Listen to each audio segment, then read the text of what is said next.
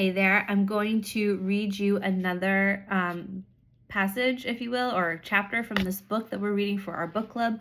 The book club that I'm running is called The Roar Collaborative. You can go check it out at theroarcollaborative.com.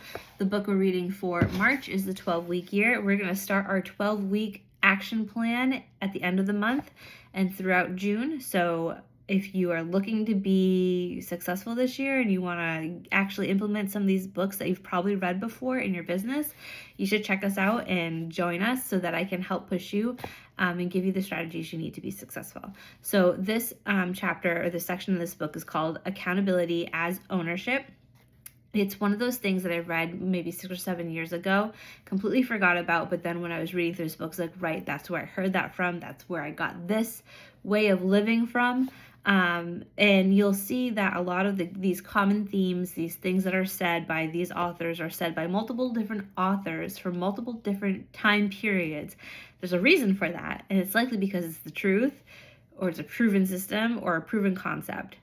So I just find it funny that pretty much every single book we've read touches a little bit on the same thing. But here, I'm going to just read through this because this is what stuck out to me when I first read this book all those years ago, and I'm hoping that it helps solidify something for you guys going through this process of building your business. So, the very nature of accountability rests in the understanding that each and every one of us has the freedom of choice. It is in this freedom of choice that is the foundation of accountability. Accountability is the realization that you always have choice. In fact, there are no have-tos in life. Have-tos are those things that we hate to do, but we do it anyway because we have to. The fact is, there are no have-tos. Everything we do in life is a choice. Even in an environment where there are requirements of you, you still have a choice. But there is a big difference when you approach something as a choose to versus a have to. When something is a have to, it's a burden. It's cumbersome, and at best you meet the minimum standards. However, the realization that you ultimately have choice creates a different scenario. When you choose to do something, you are able to tap your resources and give your best. It is a much more empowering stance. Ultimately, you choose your actions, your results, and your consequences. All of us have the tendency to look outside of ourselves for things to change and improve. We are waiting for the economy to pick up, or the housing market to turn around, or for our company to come up with a new product, more competitive pricing, or better advertising.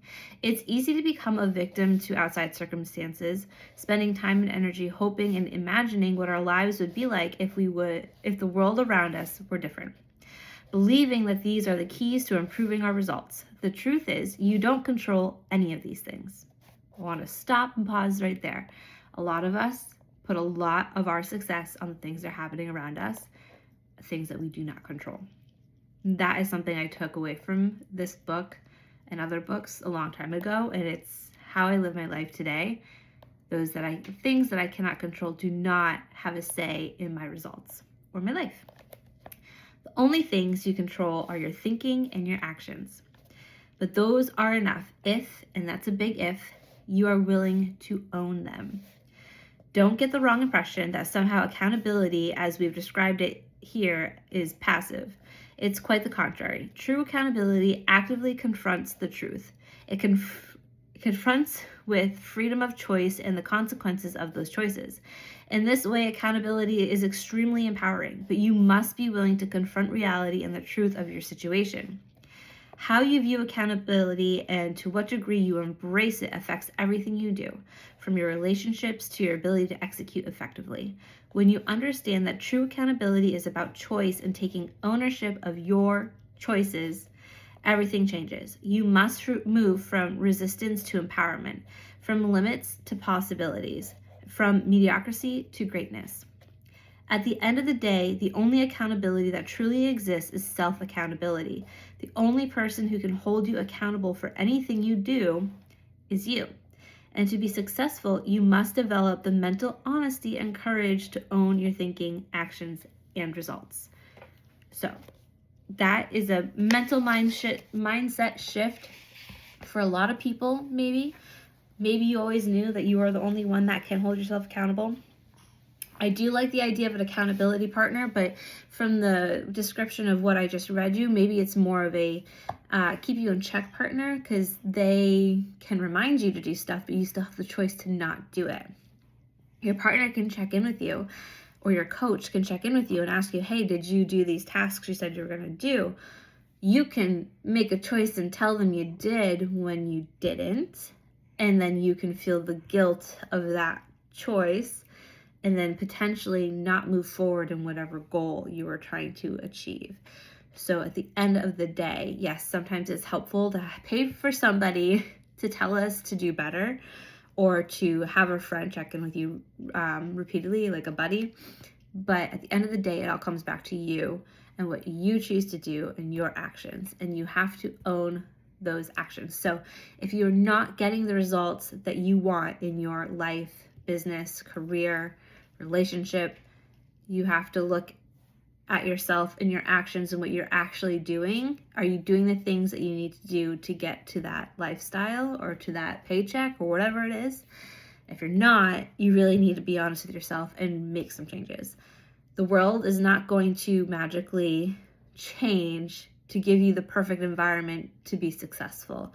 If that was the case, everybody would be doing it and it would be really easy and it would be a different world, obviously.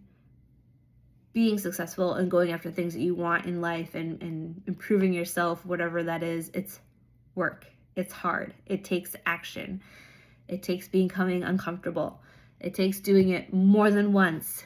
And it takes you holding yourself to that criteria and level of accountability. So I just wanted to share that note that set with me a long time ago, and I made it, every result that I received in life, whether it be like I was in a bad relationship, which resulted in a bad breakup, which resulted in a custody issue with my child, like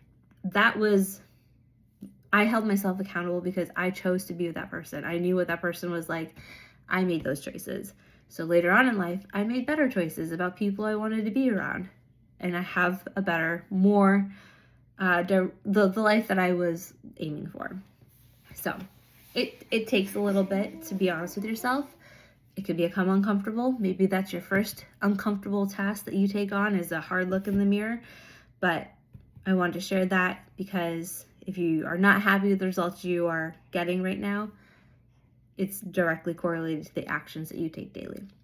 Anyways, I hope that was motivational and helpful to reflect on. And I will be back with more passages or readings from these books that we do in our book club. Again, if you're interested in joining the conversation, we go live every Friday at 10 a.m. It's a good coffee hour to discuss what we're learning in the book.